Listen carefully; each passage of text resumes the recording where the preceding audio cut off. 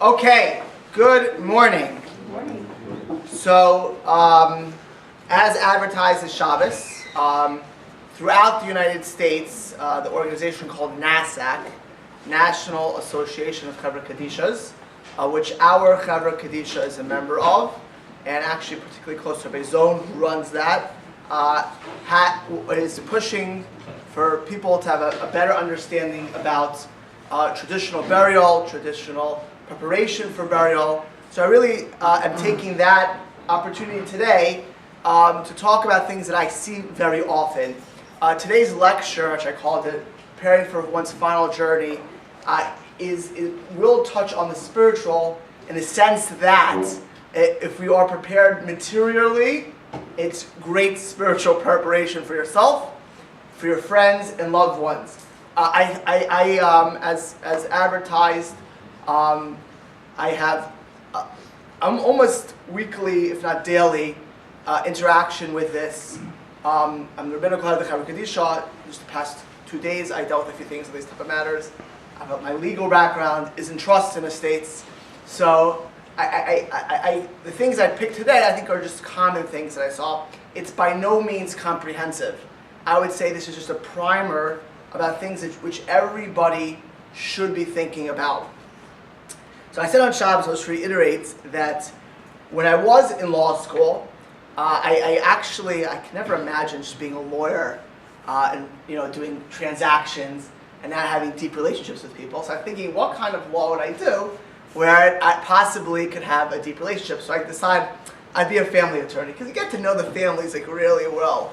And I actually had an offer to intern with one of the number one family attorneys in the state of Pennsylvania, in Philadelphia, really top attorney.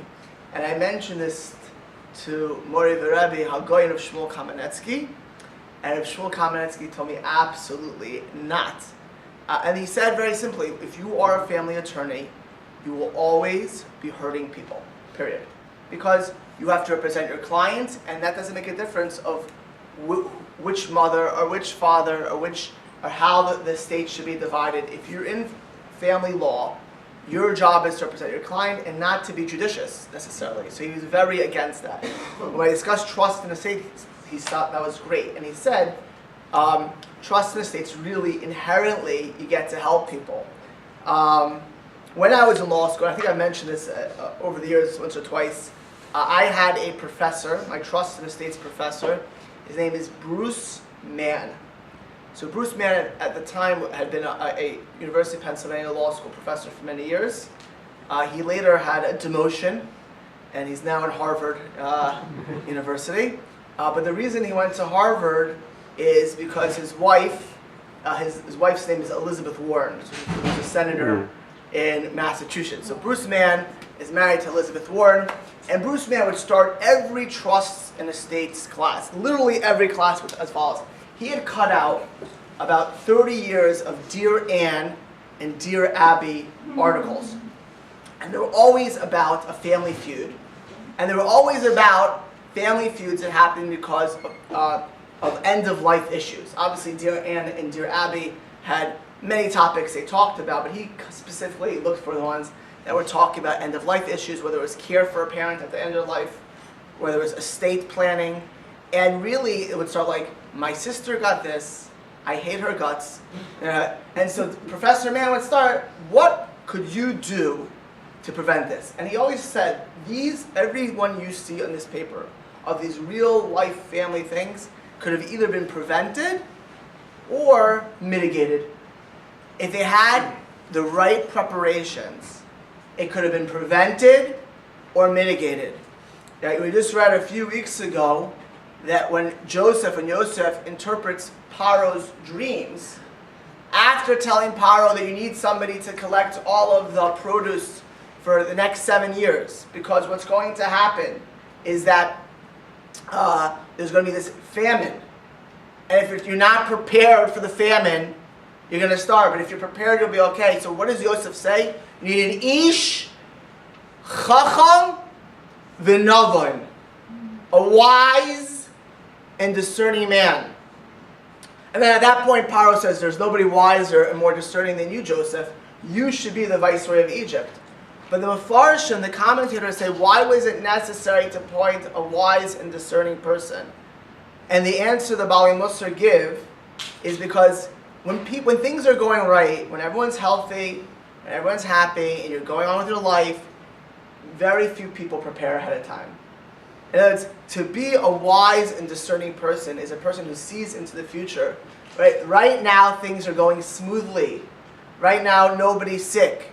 Right now, we have money. Right? A wise and discerning person says, okay, I'm 35 years old, I'm 28 years old, I'm 50 years old. Let me prepare for my retirement. But more importantly, let me prepare that my family shouldn't be hurt. That I should get my, your last will and testament. You think about those words. Your last statement, your last reality in this world, and you don't know when that's going to be. So we need to be wise and discerning to plan ahead of time. Because if we don't make the decisions, others will.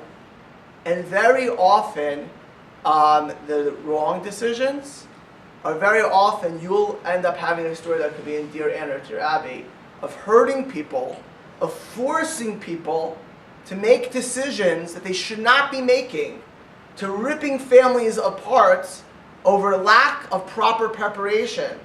I know people, because I've even got calls, just because of my background, from people from different communities. They asked me to get involved. And I remember one case from Florida. They knew I have a rabbi, I have trust states, so they called me up. This family, the parents destroyed their kids because the kids don't talk. They got sick over a well, literally physically sick. And so much of that was very preventable. So we're going to talk about these type of topics today. And if we're wise and discerning, if we're chacham v'navan, we will help ourselves. If you have parents or grandparents, loved ones, children, relatives, this is very pertinent and germane information for everybody at every age. Number one, first topic I would just discuss, being about wise and discerning, chacham v'navan, is life insurance. There are over a dozen major tshuvas, major responsa about life insurance. All either say it's a good idea or it's actually a commandment.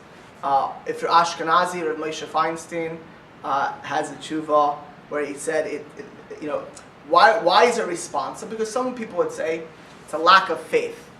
What are you buying life insurance when you're very young? Now, I'll tell you, I've had life insurance for years. Why do I have life insurance for years? I don't know if I would have thought about it in my 20s, but my father-in-law, it was insistent that I get life insurance. Why does my father-in-law insist? My father-in-law was one of the heads of something called Hatzalah in New York. He actually had the largest private paramedic company, personal business in New York, and he saw many people die, and some of them, unfortunately, including his best friend, who was in a car accident 25 years ago, died suddenly. And you see what it means to have young people with their family, and you don't plan for that. So he was actually, I didn't really ever ask him how to use my money or do whatever, but he was insistent that I get life insurance because he saw what it means for somebody who is young, the young wife, kids, or and not to have life insurance. So Meir Shapiro, anyone heard of Meir Shapiro? Right, the founder of the Daf Yomi. Meir Shapiro had no children, okay? But he had a very, very large life insurance policy. Why?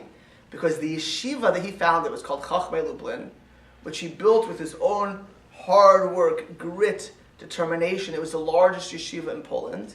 He was the fundraiser for it. The yeshiva was funded based on the charisma of Meir Shapiro, based on his being dynamic. And actually, Meir Shapiro was not only the founder of Daf Yomi, not only the founder of this big yeshiva, he was in the Polish parliament.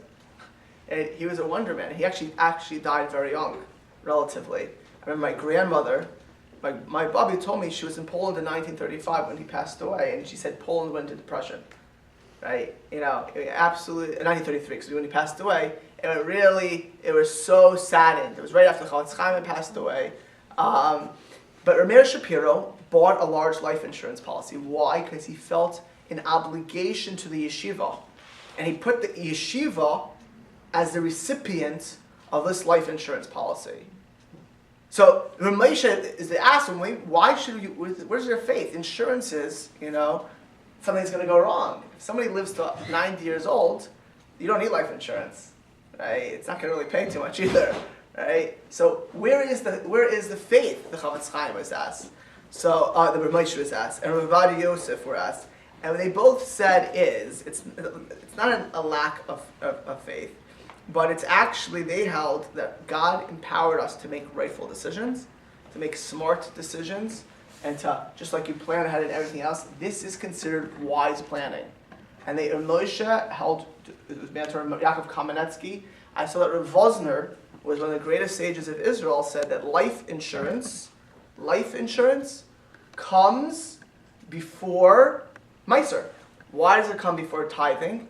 Because it's a basic necessity. It's a basic necessity. Sometimes you see these people die young, mothers or fathers. These communications get these stuck. All these people didn't have life insurance. It wouldn't be the case if they had life insurance. One doesn't know. And I can again just reiterate. My father told me, you see if a family person passes away without life insurance, it has tremendous negative things on the family. It's considered basic seichel to do, especially if one's younger. They can get into a policy for relatively cheap. I'm telling you, when I was younger, I didn't think on these terms at all. But when you run a paramedic company, you see what happens. I just by chance, I bumped into a guy, his name's Albert Kahn in New York. He's a real estate person, but one of his major things is to make sure that all the Rebbeim have life insurance policies in New York. And all the people, he just told me, I saw him when I was in New York last week, he said to me, he just got a call from the head of a large call in Borough Park, who said, thank you very much. You pushed me to get the whole call life insurance. There's a person in his 20s, late 20s, who just got sick and died suddenly. And his family would have been completely left with nothing but the fact that he offered $200, I think a year. It's like a basic life insurance. His family has a lot more support than they would have had. Actually, I will say my father, one thing he had regret, and this is something one should think about as well. If you're the breadwinner of the family, he actually told me this when he got sick, that he was upset. He is a successful business person, but he told me he had charata, disability insurance. Again, this is just chacham and oven. If you are the breadwinner of your family, disability insurance is something to ponder. I think life insurance, everyone should have, and disability insurance, one should think about. If people have incapacitating illnesses, sickness, so much of these things, it's just like what happens, it's not crazy. You look at the world, if you are in a situation where you're dependent on one income and you don't have a lot in the bank, right, that question is something that should really, for many people, they should strongly consider disability insurance. That's just basic, ideas of pre-thinking of insurance. With life insurance, obviously there are many options. My role today is not to discuss, whole life, which I don't think is a good idea for most, versus term versus 30, or many people think is good. That you should speak to somebody who's well qualified in that. Talking about health.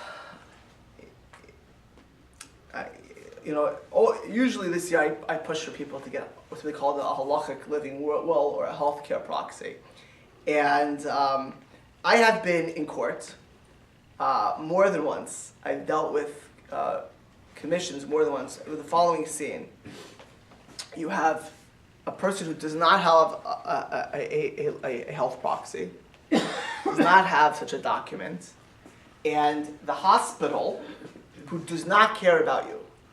Let me just be very frank. I once spoke to the owner of a hospital, a private owner, a very wealthy individual, and I was talking about how they make money. He told me 90% of the money is the first 3 to 4 days the person's in the hospital. Afterwards, they start to lose money actually on patients. Right? They have a vested interest. Right? The cost for many illnesses will drain their resources. The government will limit the amount of money they can get per patient. Okay, So the first day or two, it's all lishma for them. They get the money and they're happy to be there. There's a certain point where they don't want people in the hospital because they lose money. We are all biased when we lose money. The hospitals are no different. They don't even know who we are.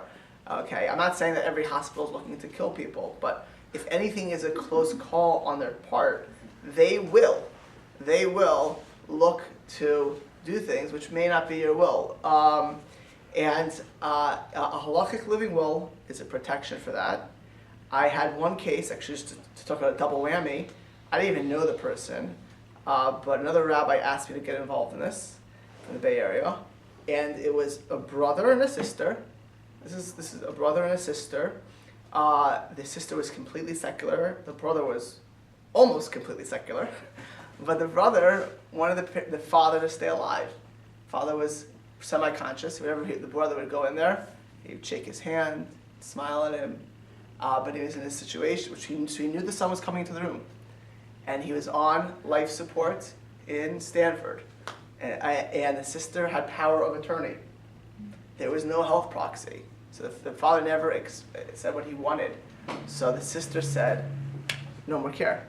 The brother wanted care, and so they can't. If he was considered a living, they can't do anything.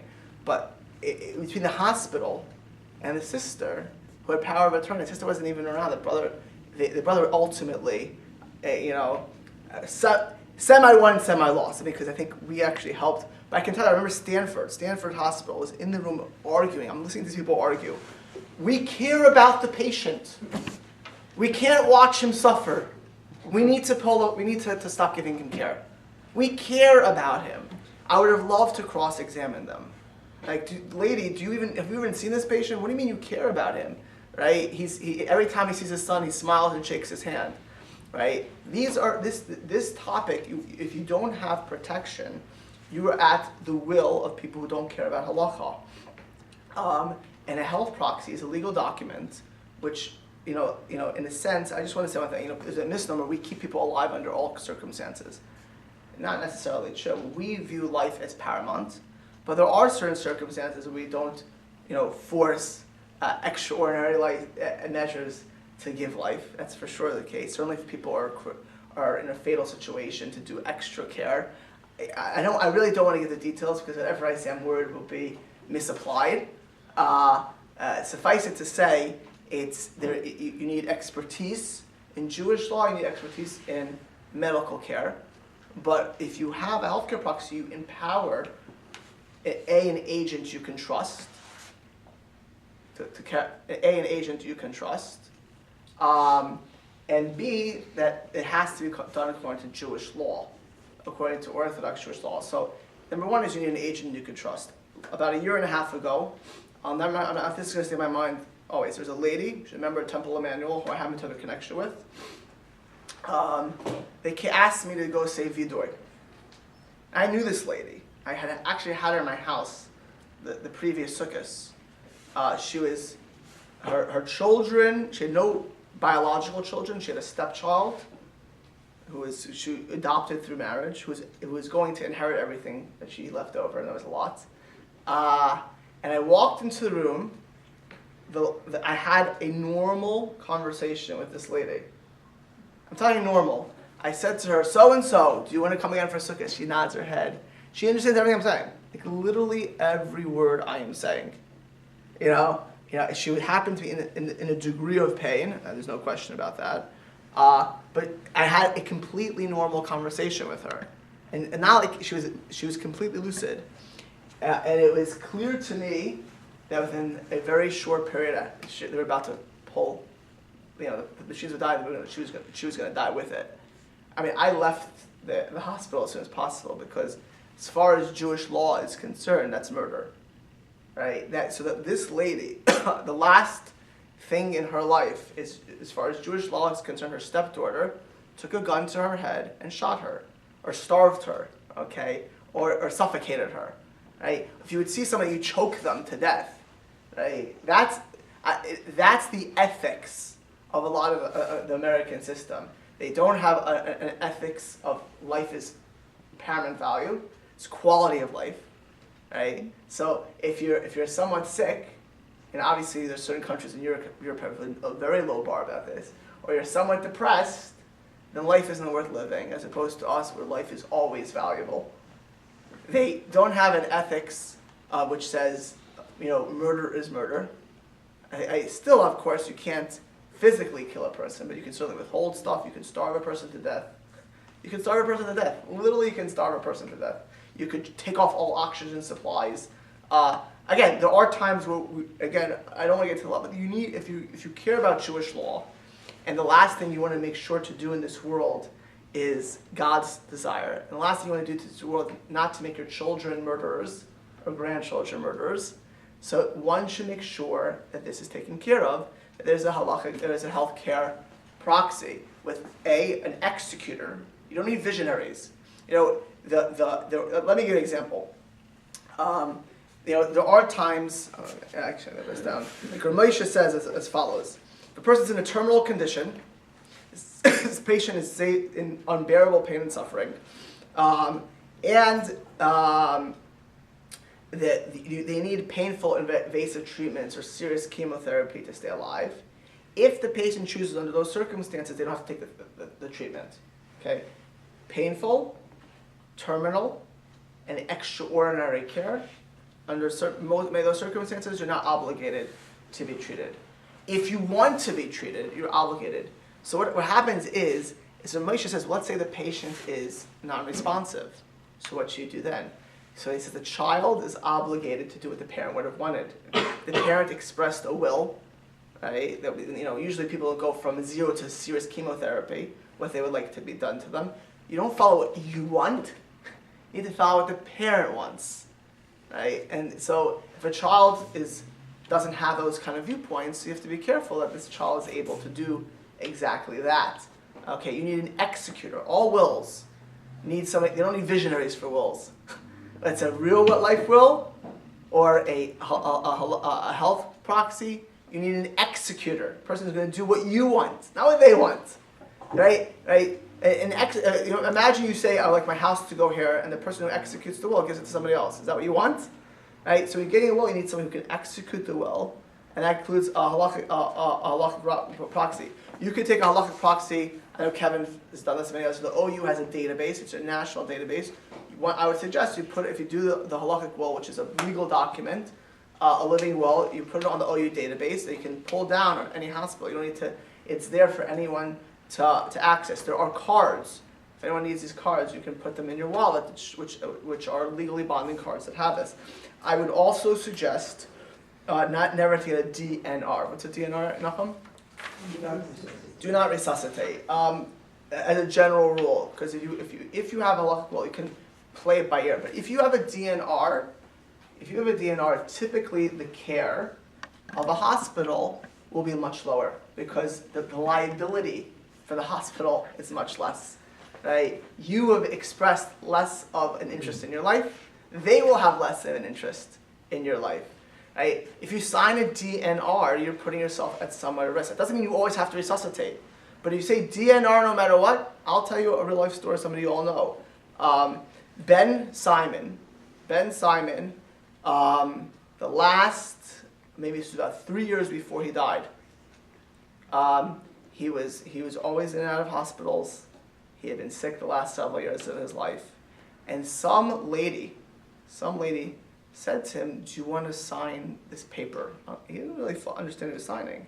When I sign, we'll put you in something called, that's a form of hospice care, there'll be a DNR, and that we won't do anything. The way she described, the way I understand it, we won't do anything crazy to you if you're very sick. We won't do anything crazy to you. Now, many of us, I'm saying crazy, we won't really push you to stay alive. So he signed the paper.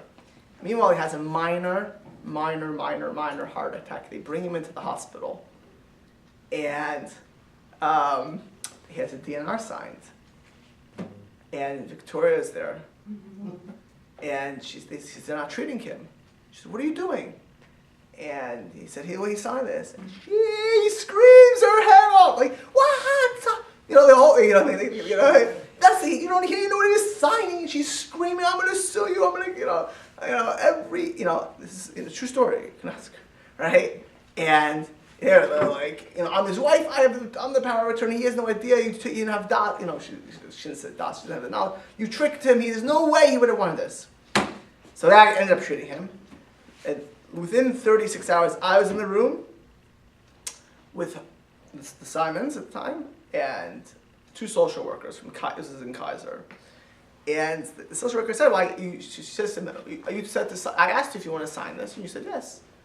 So I said to Ben, I said, actually there's another, I don't remember Geraldine, her church friend Geraldine, like she's calling them, you guys are murderers! She's screaming, she's in the room also, you guys are a bunch of murderers here, you just wanted to kill him. So I said, let me ask you a question, Ben. Ben, if you sign this paper, I want you to understand this. If anything happens to even, if a heart attack, they're not going to treat you really, necessarily. Do you want to see your daughter is pregnant? This is Corinne's first baby. Do you want to see your grandchild when your grandchild's born? He says, yes. So I said, do you realize if you sign this, you may not see your grandchild? And, they disregarded, he obviously didn't want to do that, disregarded. He lived for 3 more years. So not only was that grandson, didn't see the Sandik, we see the godfather on his lap, but he saw another grandchild. David got married in Israel. He watched the wedding. He saw 3 more years of life. But they would have been lost. Literally, Victoria didn't scream her head off in the hospital, right? That DNR would have killed him.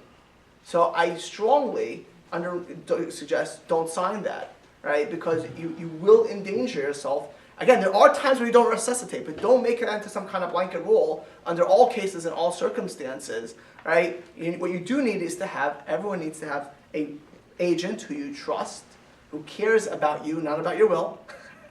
Because there are people who have a vested interest in you passing away. I've seen this, okay? I'm unbiased in this. Who don't care about you. If anything comes to throw, if they stand to benefit from something, they will make the wrong decision. There are people who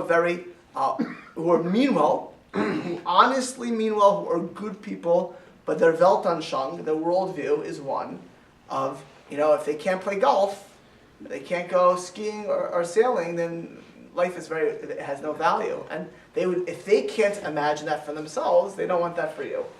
And we generally have a very different viewpoint of the world, right? So it's important that this is done. Another thing that one should strongly consider doing is HIPAA. I've had this unfortunately as well.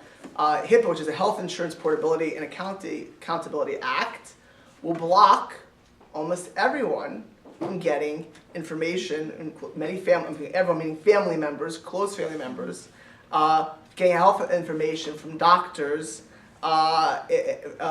unless a patient has signed a release.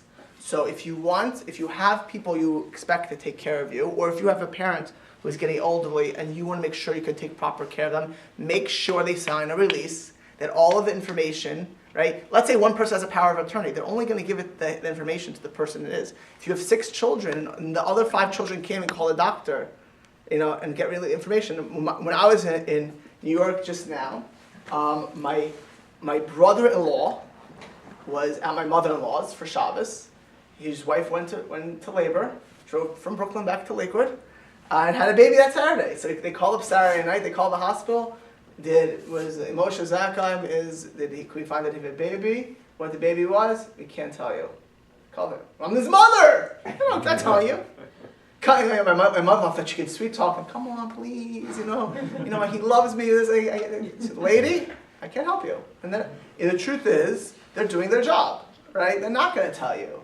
So if you want to make sure that the people who need to make decisions, these times are so stressful. Right? It's so stressful. And making life and death decisions or telling relatives when they should come in for a funeral or when they should say goodbye to mom or dad, when a child who's very critically sick, when somebody should know about this. You can't make, if I have to make a decision, I want first-hand information. I'm going to play telephone with the doctor. If I can't speak to my doctor, I get questions about Yom Kippur sometimes, like just small questions. So let me speak to the doctor. You're going to tell me telephone what the doctor says, which is so case detail oriented. So if you have either for yourself or other people, realize that HIPAA will block information. You should have a release form for the people you want that information given to. Okay, And you can't scream at the doctors because they're just going to do their job. They're not going to go to jail for you, right? They're going to say, I can't tell you. You're going to be, I'm a son, I'm a daughter. It's my son or daughter. Well, if your son or daughter is 35 years old, okay, they're not going to give the information as a general rule. It doesn't make a difference. So you need something called a HIPAA release form. Also, as far as especially if you have health conditions, but in general, everyone should have in their wallet, their phone, dumb phone or smartphone, ICE information in case of emergency. Who are your emergency contacts, right? That's something that should be simple. Then everybody's phone, there should be, because actually paramedics are trained, first thing they find somebody in the wallet or on the phone to look for ICE in case of emergency information. This needs a little bit of thought, right? One of my parents are much more calmer than the other. Who would I want to be getting that phone call? Not God forbid me or anyone else, but who is the person who has the ability to handle the situation? There are people who, if their kid gets a scrape, have a nervous breakdown. They're not the good person to deal with that, but they may be the only person. All of these things that we're going forward right now needs thought. You have to be, as I started at the beginning, chacham v'navon, wise and discerning.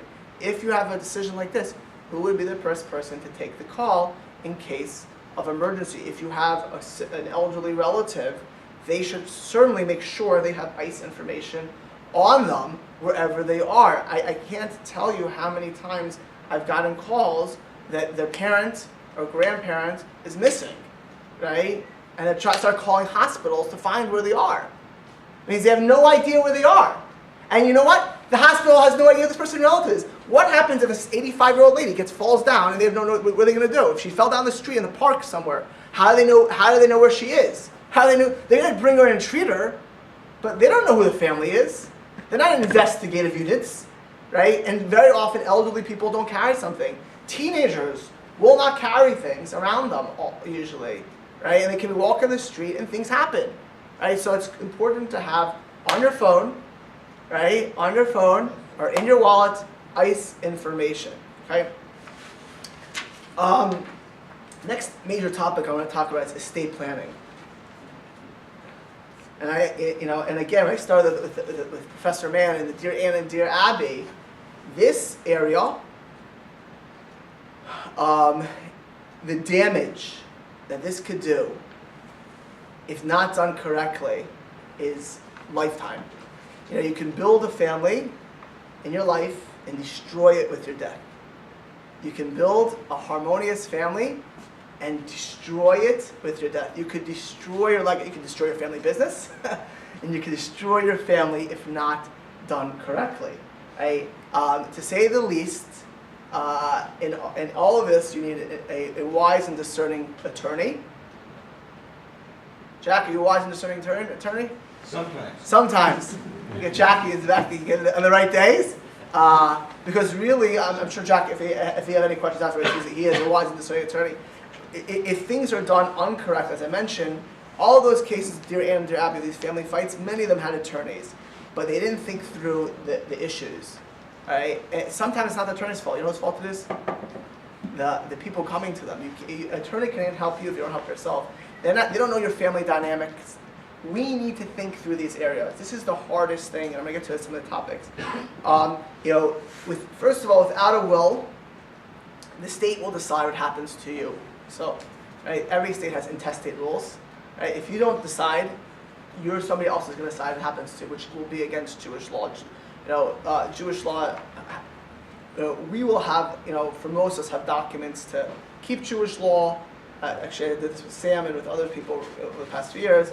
To keep Jewish law and to do what, so technically the wife is a creditor in Jewish law and she's not a recipient of the estate. She has a first lien on the estate. Lots of laws of first one gets twice the amount, how boys get, how girls get. Well, if we do it, we can do it correctly to do our will judiciously.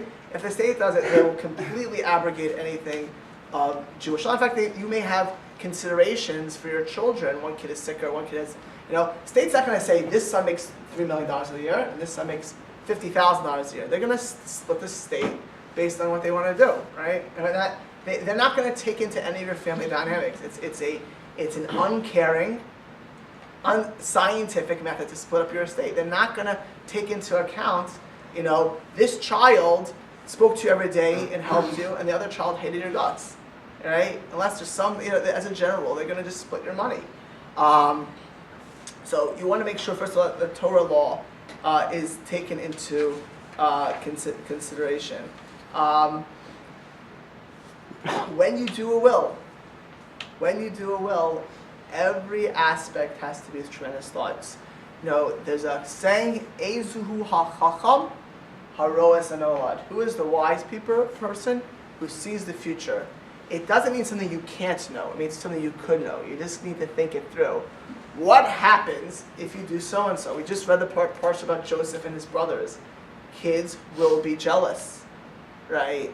And a will should be thought out how it will affect the family, right? There's tough decisions to be made, right? If there's a business and one kid has business sense and the other doesn't, what are you going to do? You need to think about this, right? If there's a business, right, you need to think about who could run the business correctly, and if you give the business, how are you going to compensate for the other kids?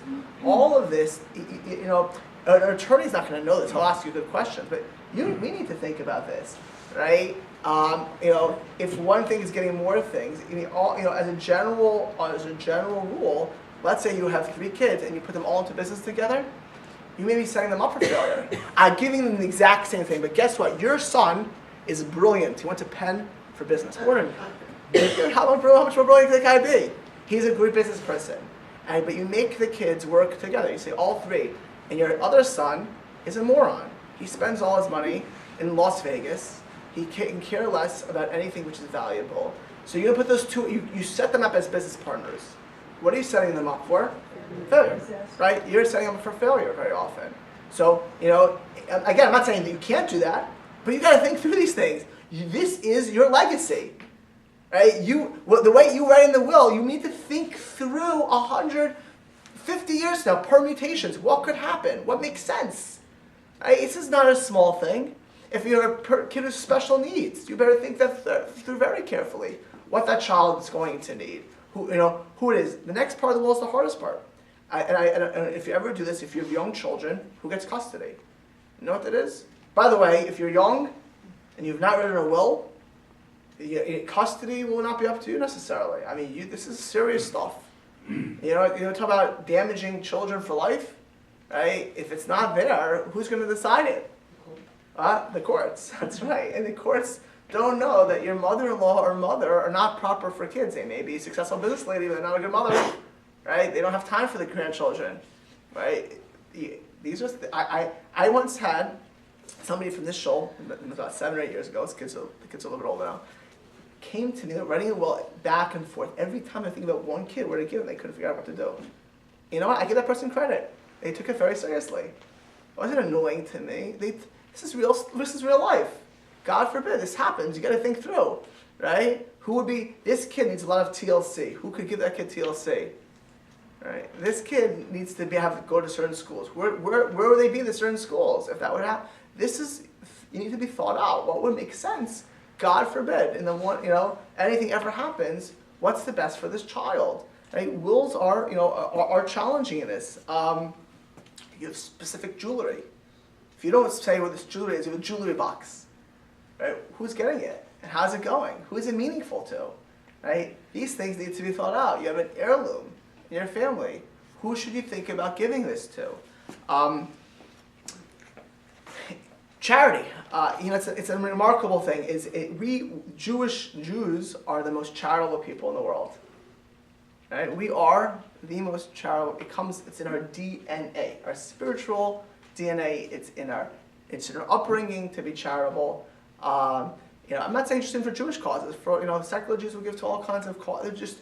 I think for years the American Red Cross was over 50%. The donations were coming for Jews, hospitals, universities, political campaigns, better, good, right? People were very charitable people. But we have laws, and that means as a general rule we give 10%, and as a general rule not allowed to give more than 20%. Okay, but on one's death they can give considerably more. some say up to 50%, some say in theory could even give your whole estate, but it's not practical. So we also have laws of inheritance. So one should do both. I want to just explain something to you.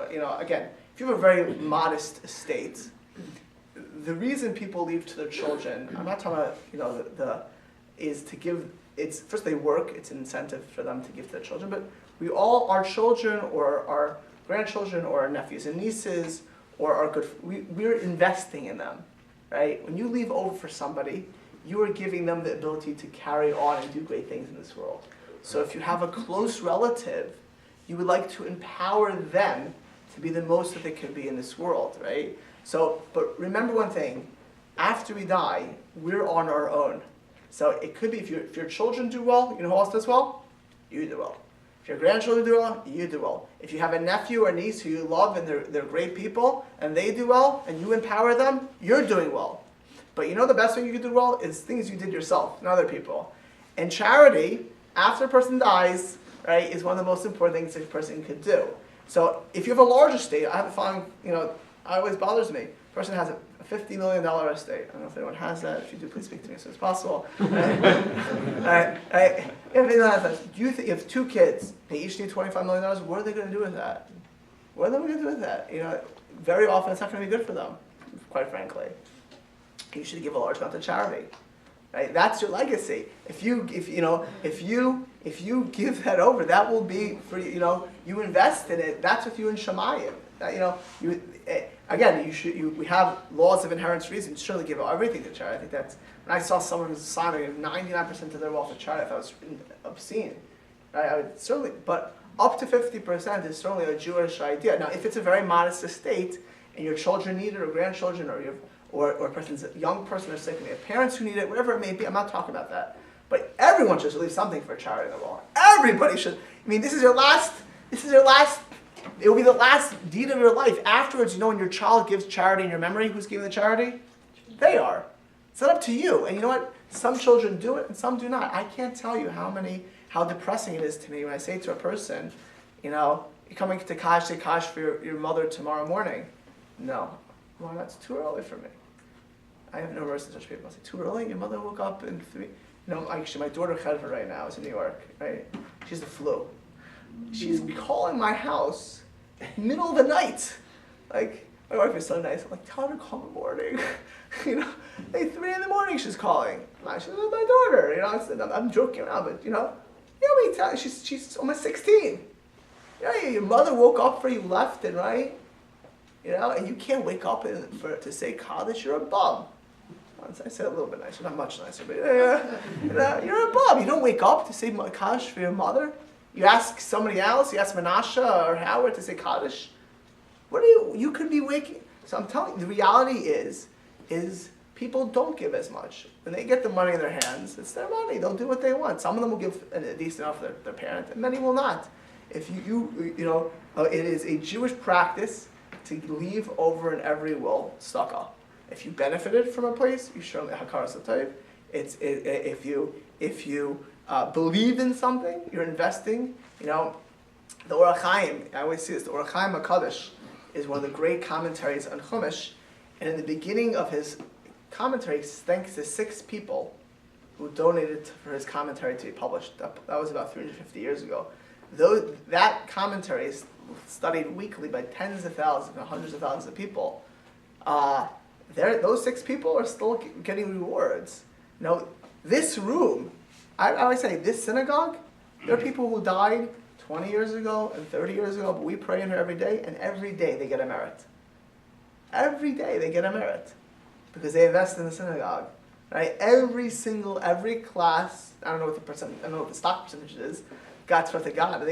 This place is because of people's time, energy, money, right? So if you gave money, it doesn't disappear over time. It's an investment in the future. Charity should certainly be a part. I've told people who don't have kids to say Kash for them.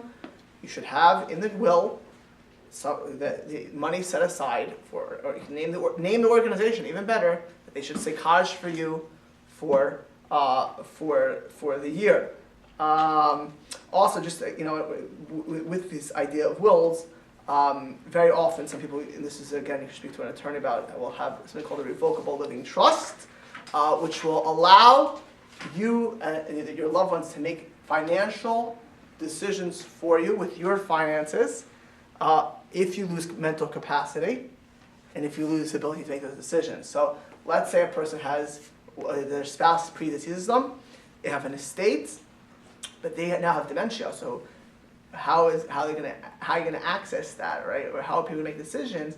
Let's say the children or relatives who have it don't have the money. I've had a few cases where it's a cousin making these decisions, and they themselves are not wealthy, but the person has a large estate.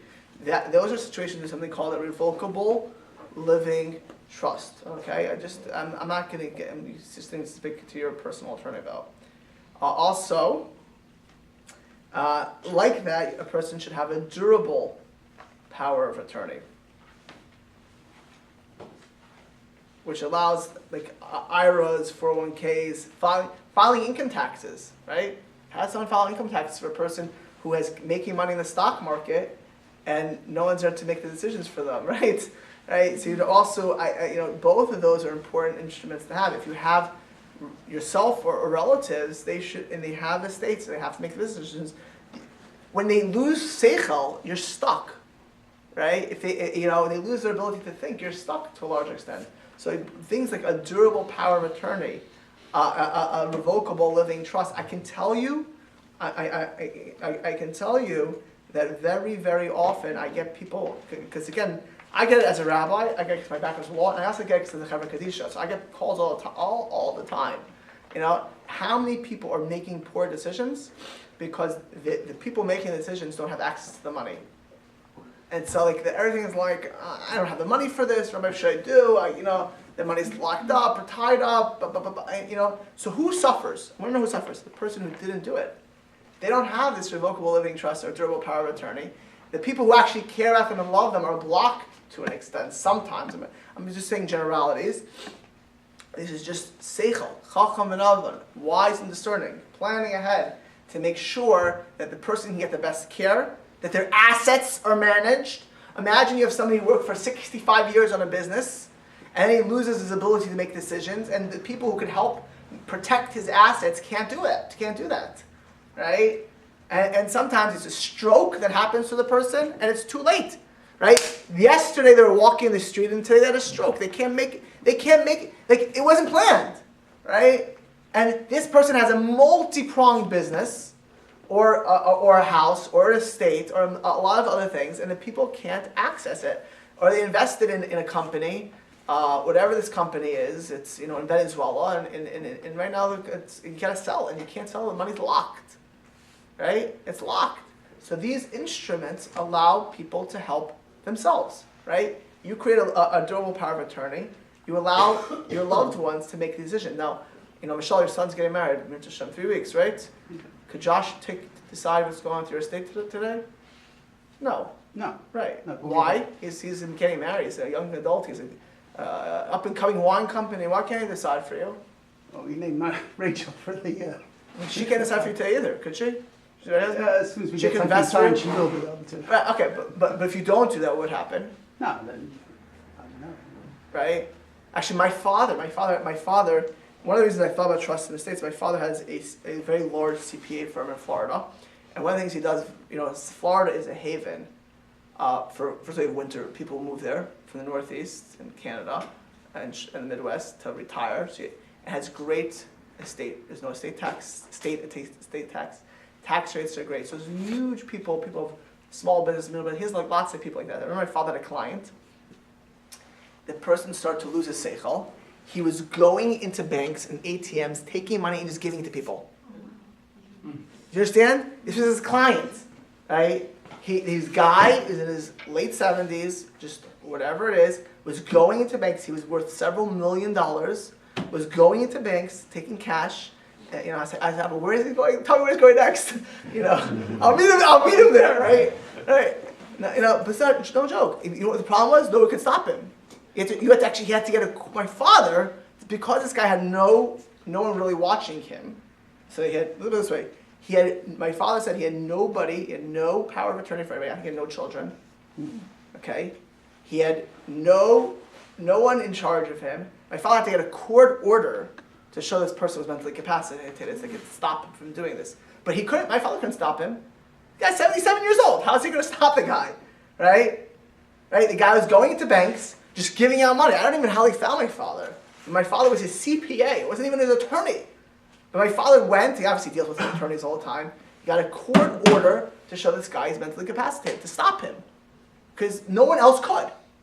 Okay? I'm just showing these are things, anyone whose parents are over 75 or 80, or we ourselves are getting older, these are things you got to think about.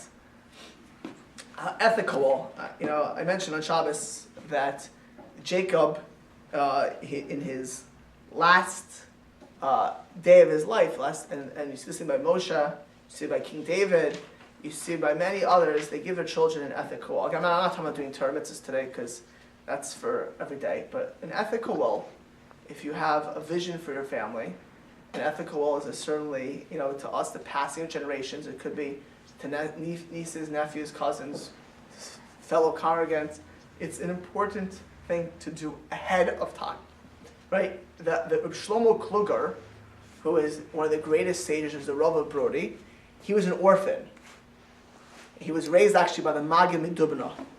And from the age that his father passed away, every year he would write an ethical will. And it would change over time. Actually, we have many of his ethical wills. But he put tremendous thought what he wanted to tell his children. What was important to him. What is the legacy? What do I hope for you? What do I expect for you? I only mention this because, not everyone has a chance on their deathbed to tell over to their children. Sometimes you don't know what it's going to be. You lose your ability to think. Right? An ethical will is the last bequest you can give it to your children or grandchildren or relatives or friends, but it takes you to plan this ahead of time. You don't know when it's going to be. When a person is sick, they can't necessarily think about this. Next topic, burial arrangements. Woo. Just today, the past 24 hours, I had a case of somebody who wanted to get cremated, the grandparent. Why do they want to get cremated? For financial reasons. They have no money. Now, I'm not going to go into cremation now. As everyone knows, about a year and a half ago, the Echad Kadisha brought a big corn booth to speak about cremation. I've mentioned over the years as well, but cremation is the worst possible thing that could happen to a dead person, and I can't think of too many things that a living person could do. Cremation is the opposite of Judaism. It blocks a person from being resurrected from the dead. You do not do a tahara on a cremated person, according to most opinions. You do not say kaddish for a person who's cremated. You do not say shit shiva for a person who's cremated. Cremation is the antithesis of all that's Jewish. Okay? And anyone who wants any material, the Echad website has it. I'm happy to give anyone the cremation. Anyone you know is going to be cremated, you should do anything and everything that you could to stop that from happening. Cremation is such, and today, how was there? We went to San Francisco. We came. We had San Francisco, San Jose, and Palo Alto. We had him speak, and and obviously it was the papers as well afterwards. But in San Francisco, there was a Chinese group that was there. Right outside, they said, we're having a talk on cremation. They said, "Ooh, could we come?" So I was surprised. He said, it's against cremation. Oh, we don't want to come.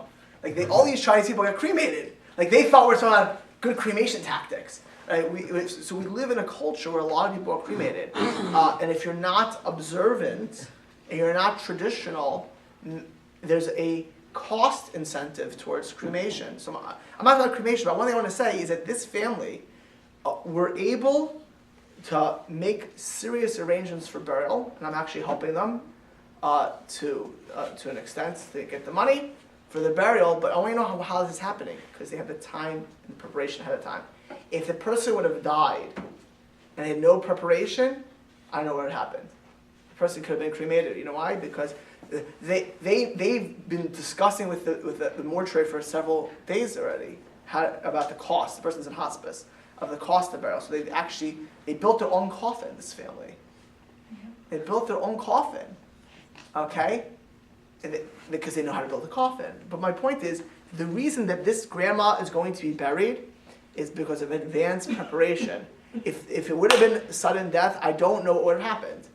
They may have wanted to get buried, it would have been a whole, but the burial preparation in this situation it's only actually a couple of weeks. So the person is only going to live most likely for a short period longer, But it's the reason there's going to be a good ending here, Be'ez Hashem, is because in these last couple of weeks they've made every effort to make sure that the grandparent is buried. If the grandparent would have suddenly died and there'd be no preparation for burial, I shudder to think what could have possibly happened. And I say this because cremation is the worst. The worst.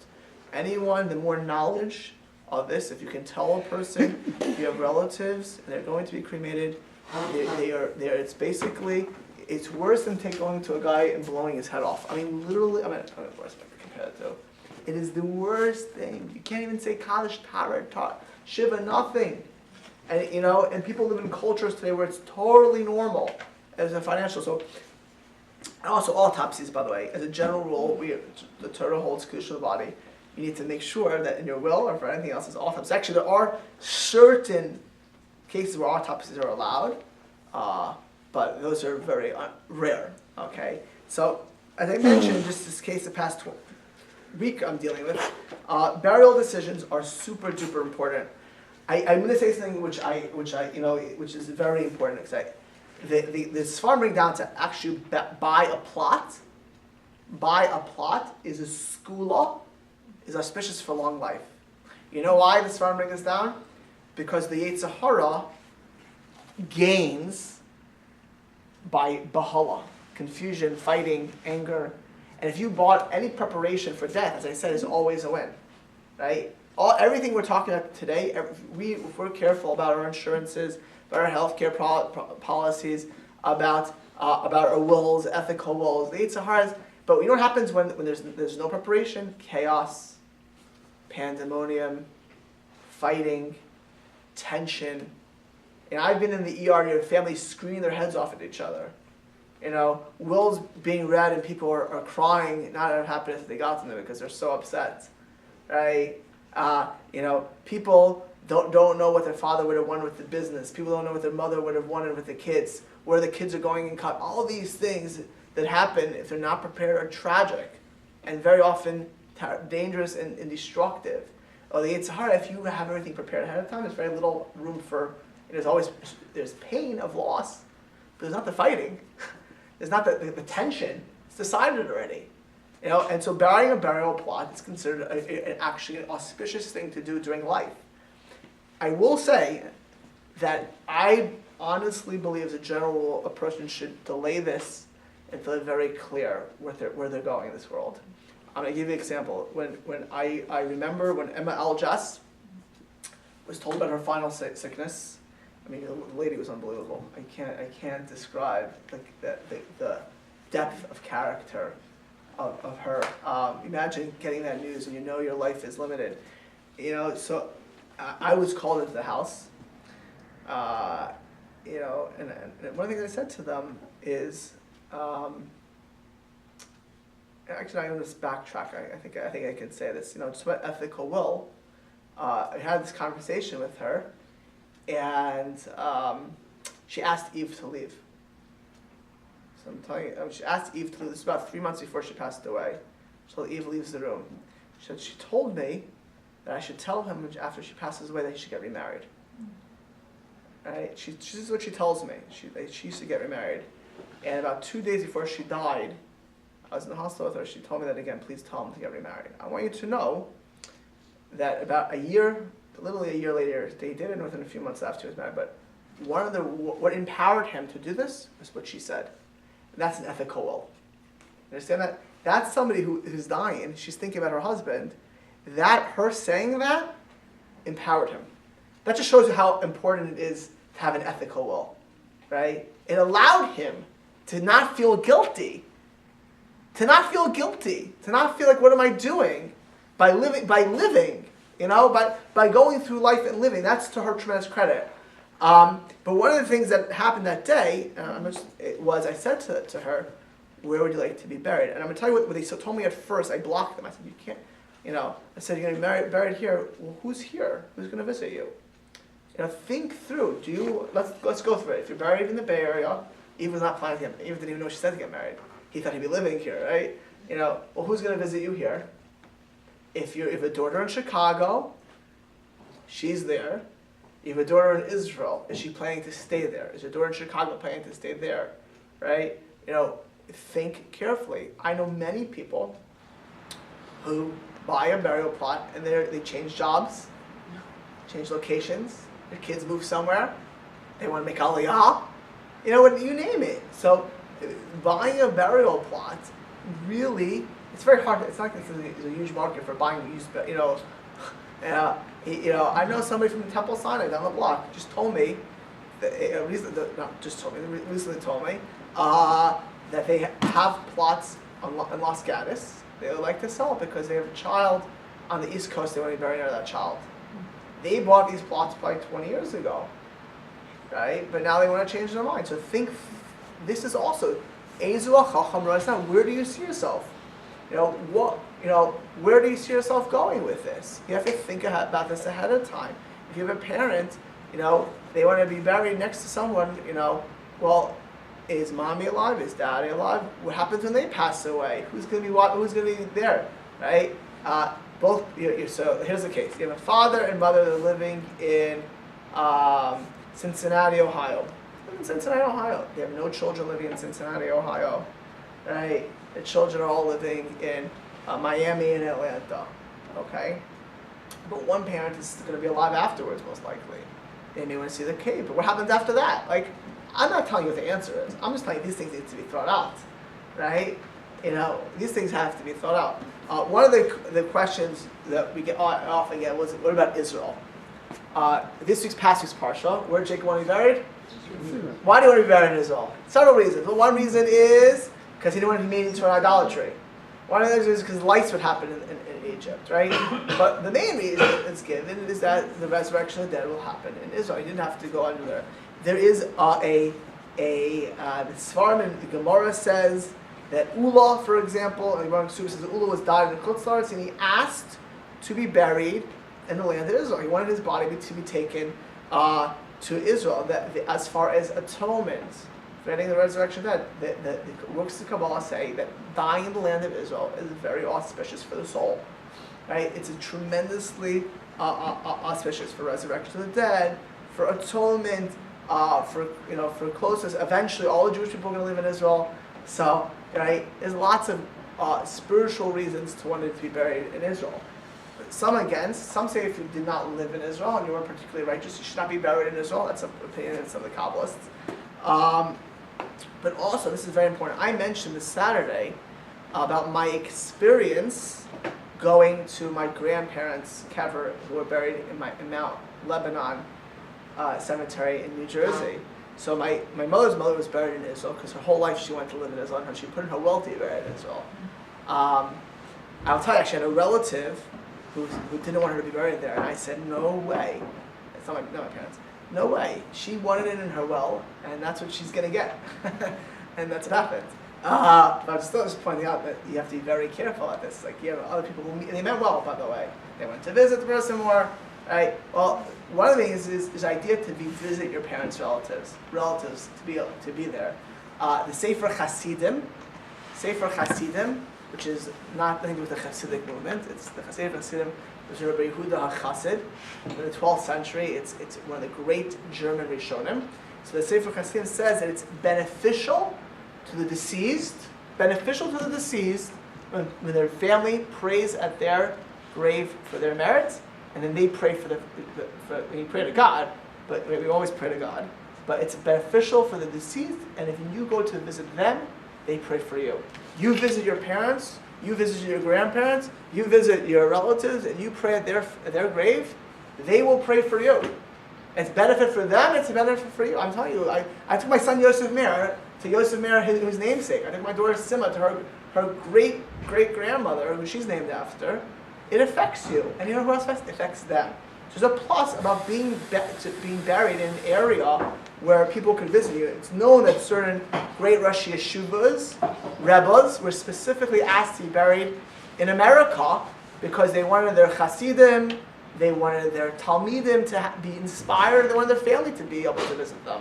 Right? That's a serious calculation that your family and friends should be able to visit you. Rav Henkin didn't like it because he felt that you're setting up people for expectations. If people start getting buried in Israel, everyone's going to have to do it. It's very expensive. And actually, my cousin told me, my cousin is married to Rabbi Avigdor Miller's granddaughter. So I said to him, it's amazing. Rabbi Avigdor Miller was buried in Israel, right? He never visited Israel his whole life. So he said to me, he said, you know what? Ray Miller had once had a synagogue, he had a synagogue trip, where they organized a trip to Israel, and he was going to go. And he asked for the list of who signed up for this trip to Israel. Looks at this list and says, this person can't afford this trip. This person can't afford the trip. This person, they can't afford to leave work. He canceled the trip. He felt like too many people were going ahead and doing things they can't afford because of the opportunity, because of the pressure. So sort of Henkin held, if you start burying people in Israel, then it's going to create a pressure for everyone who can't necessarily afford it. The Meister Miller was buried in Israel. But the point is, one should think, do they want to be buried in Israel? There's pluses and minuses.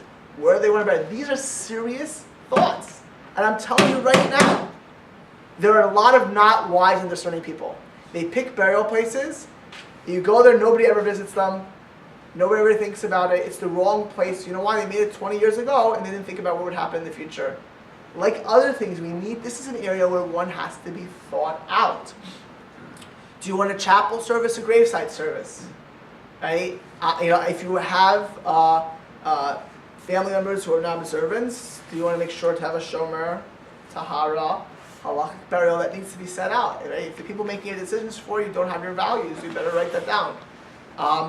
Do you have plots, which are pre-need packages? A lot less expensive. Does it say if it's only a wood casket, which is Menachem? Is the Chavak should like metal caskets? How about oak wood, polished oak wood?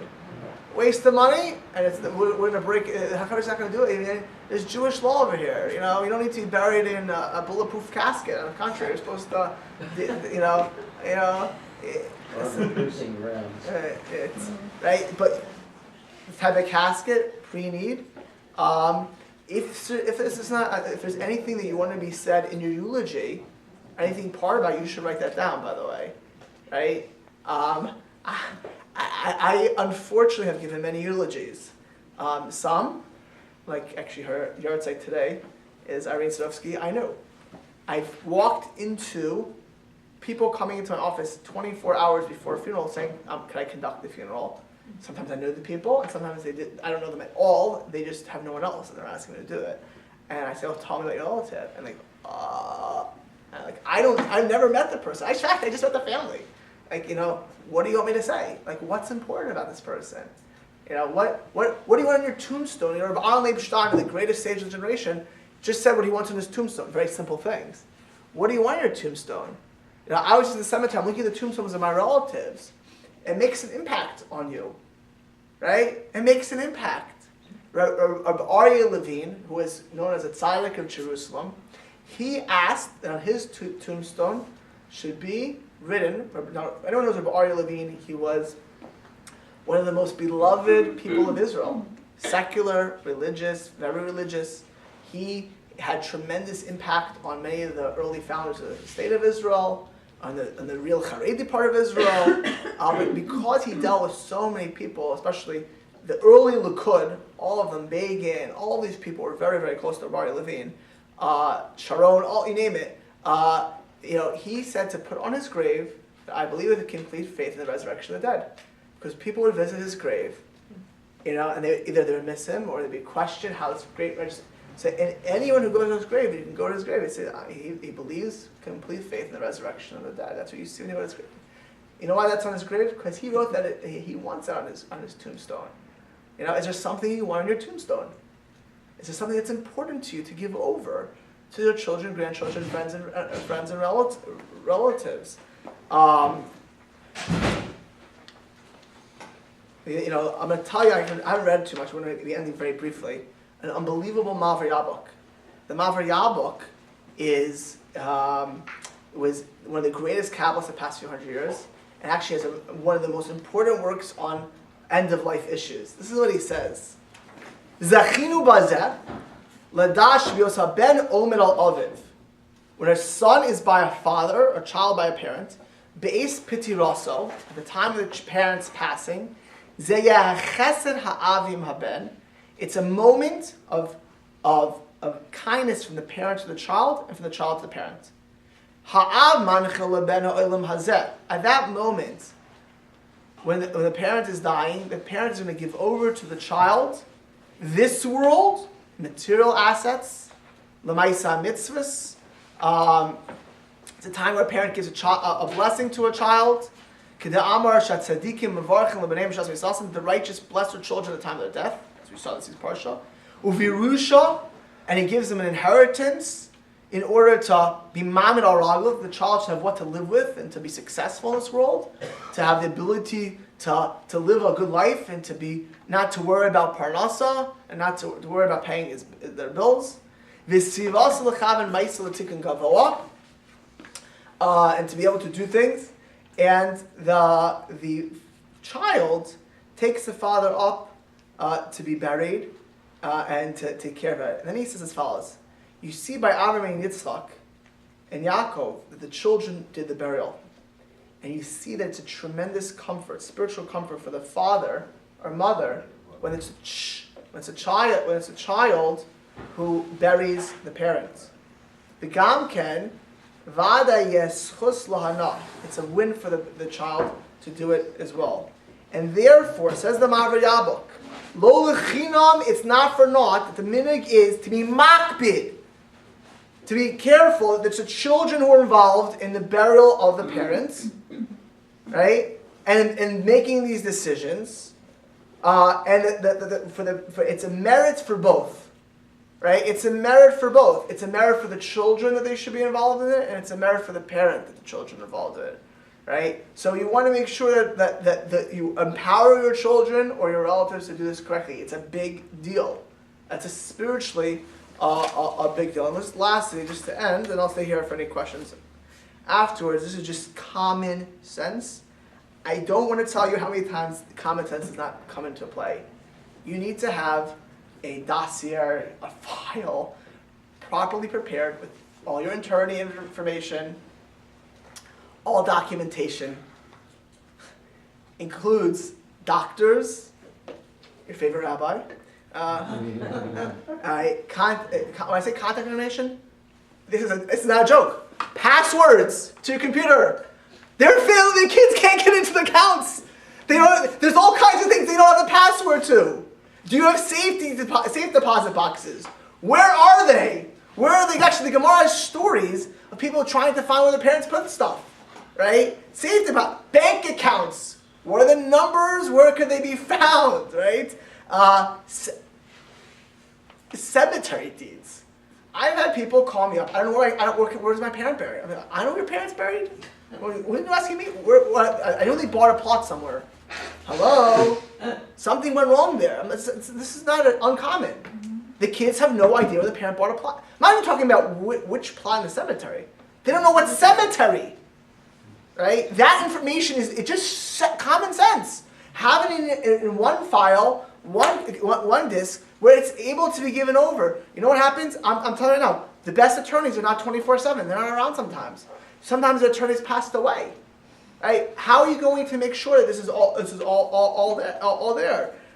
Insurance information. We started out with life insurance. Life insurance is great if you know it exists, or you can prove it, or you can have it. Where is insurance information? Inventory of assets. And I was once in a shiva house in New York, and a guy walks in, and he tells the family, "I'm your father's business partner." The family had no idea that was his business partner. And he was not taking, he was giving. The guy was, you really, I own half this stuff. I'm a little bit scared, right? But the kids didn't know. Father's very quiet about business. He didn't tell his relatives every business partner he had, right? Who knows where the assets are? Who is involved in the real estate? Nobody should be left guessing. Nobody should be left trying to figure out what the passwords are, where the safety deposits are, who's the doctors, who's the rabbis.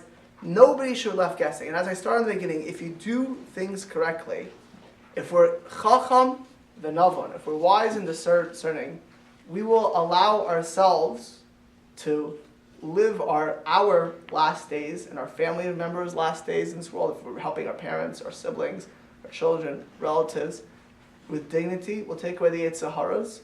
If we properly prepare our insurances, our burial plots, our healthcare proxies, our decisions about guardianship and wills and estates and trusts and having revocable trusts, we'll be able to,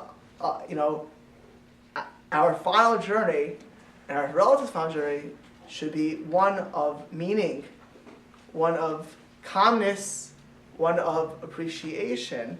And if all of this is done, then we can really focus on what's most important and getting an eternal bank account, which is Torah and mitzvahs.